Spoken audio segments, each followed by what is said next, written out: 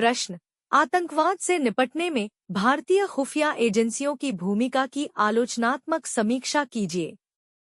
वर्तमान चुनौतियों के परिप्रेक्ष्य में क्या समन्वय को बढ़ाने के लिए संरचनात्मक सुधारों की आवश्यकता है? 250 शब्द। उत्तर, हल करने का दृष्टिकोण। आतंकवाद से निपटने में खुफिया एजेंसियों की भूमिका का संक्षेप में परिचय दीजिए। मौजूदा खुफिया एजेंसियों पर चर्चा कीजिए। आतंकवाद का मुकाबला करने में इन एजेंसियों के समक्ष आने वाली प्रमुख चुनौतियों की पहचान कीजिए तथा बेहतर समन्वय के लिए सुधार संबंधी सुझाव भी दीजिए। उपर्युक्त निष्कर्ष दीजिए। परिचय। भारत की खुफिया एजेंसियां राष्ट्रीय सुरक्षा सुनिश्चित करने, विशेष रूप से आतंकवाद का मुकाबला करने में महत्वपूर्ण भूमिका निभाती हैं। रॉ इंटेलिजेंस ब्यूरो (IB) और राष्ट्रीय जांच एजेंसी (NIA) जैसी संस्थाएं आसूचना एकत्रण और आतंकवाद विरोधी अभियानों में अग्रणी हैं। हालांकि इन्हें कई सफलताएं मिली हैं, लेकिन खराब समन्वय जैसी चुनौतियां इनकी कार्यक्षमता में बाधक बनी हुई हैं। आतंकवाद से निपटने में भारतीय खुफिया एजेंसियों की भूमिका। खुफिया जानकारी एकत्र करना और विश्लेषण।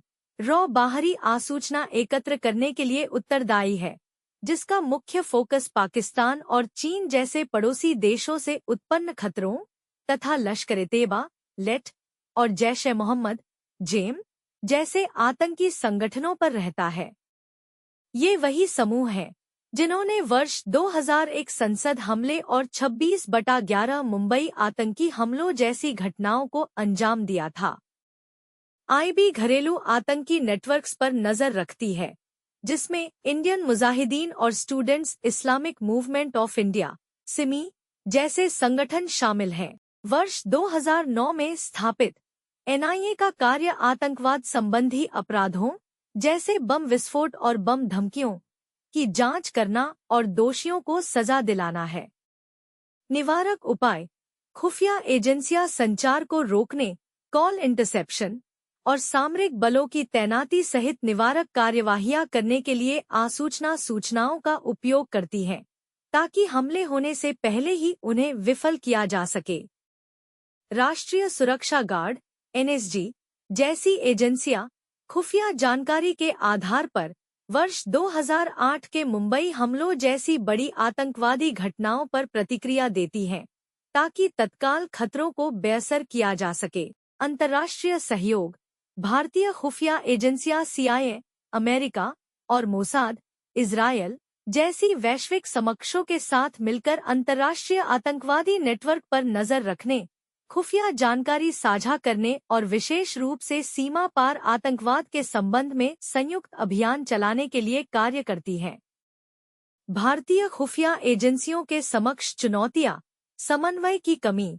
समन्वय बढ़ाने के लिए मल्टी एजेंसी सेंटर (MAC) की स्थापना के बावजूद केंद्रीय और राज्य खुफिया एजेंसियों के बीच अंतराल बना हुआ है, जिसके परिणामस्वरूप भूमिकाओं में दोहराव और महत्वपूर्ण अवसरों की हानि होती है। एजेंसियां प्रायः अलग अलग कार्य करती हैं, जिससे समग्र खुफिया प्रणाली कमजोर हो जाती है। अपर्याप्त तकनीकी क्षमताएं। भारत की खुफिया एजेंसियों को साइबर आतंकवाद और ऑनलाइन अक्षमता से निपटने में चुनौतियों का सामना करना पड़ रहा है। NTRO और DIA जैसी एजेंसियां अभी भी बड़े डेटा निगरानी की जटिलताओं के अनुकूल होने में लगी हुई हैं तथा वास्तविक समय की खुफिया जानकारी प्राप्त करने का कार्य अभी भी प्रगति पर है। इसके अलावा डेटा विश्लेषकों, साइबर विशेषज्ञों और भाषा विशेषज्ञों जैसे विशेषज्ञ तकनीकी जनशक्ति की कमी भी चुनौती को बढ़ा देती है। नौकरशाही संबंधी बाधाएं। नौकरशाही संबंधी लालफीताशाही के कारण निर्णय लेने में काफी देरी होती है तथा खुफिया सूचनाओं के त्वरित प्रसार एवं कार्रवाई में बाधा उत्पन्न होती है, विशेषकर उच्चस्तरीय आतंक विरोधी अभियानों के दौरान।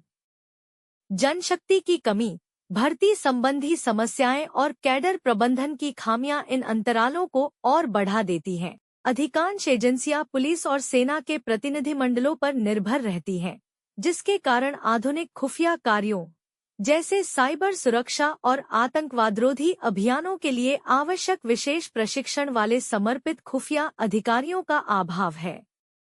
संरचनात्मक सुधार और बेहतर समन्वय की आवश्यकता।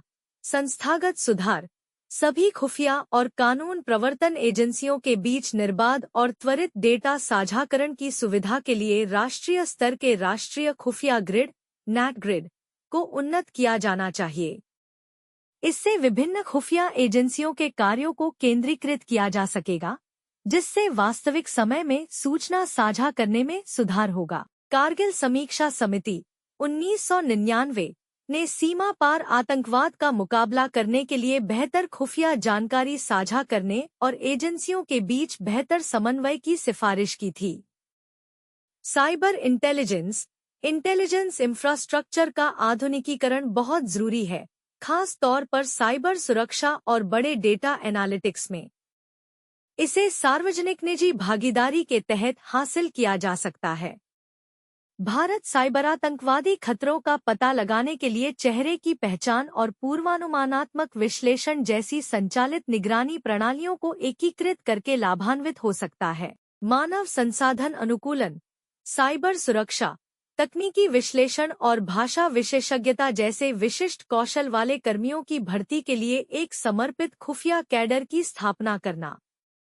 शैक्षिक संस्थानों और विशेष प्रशिक्षण कार्यक्रमों के साथ साझेदारी से उभरते खतरों से निपटने में सक्षम कुशल कार्यबल तैयार करने में मदद मिलेगी। निरीक्षण तंत्र। एक संरचित खुफिया निरीक्षण को जवाबदेही के लिए वरिष्ठ राजनीतिक नेताओं और सुरक्षा विशेषज्ञों की एक राष्ट्रीय खुफिया निरीक्षण समिति (नायॉक) की स्थापना करनी चाहिए, जबकि राष्ट्रीय सुरक्षा सलाहकार बोर्ड (नसब) रणनीतिक तथा आंतरिक सुरक्षा पर अपनी सलाहकार भूमिका जारी रखेगा। निष्कर्ष। खुफिया कार्य के लिए अधिक एकीकृत दृष्टिकोण, साथ ही एजेंसियों के बीच बेहतर समन्वय, भारत को आतंकवाद की उभरती प्रकृति से बेहतर तरीके से निपटने में सक्षम बनाएगा। दीर्घकालिक सुधारों के लिए प्रतिबद्ध राजनीतिक नेतृत्व इन परिवर्तनों को आगे बढ़ाने और यह सुनिश्चित करने के लिए आवश्यक है कि भारत की खुफिया एजेंसियां भविष्य में आतंकवाद का प्रभावी ढंग से मुकाबला कर सकें।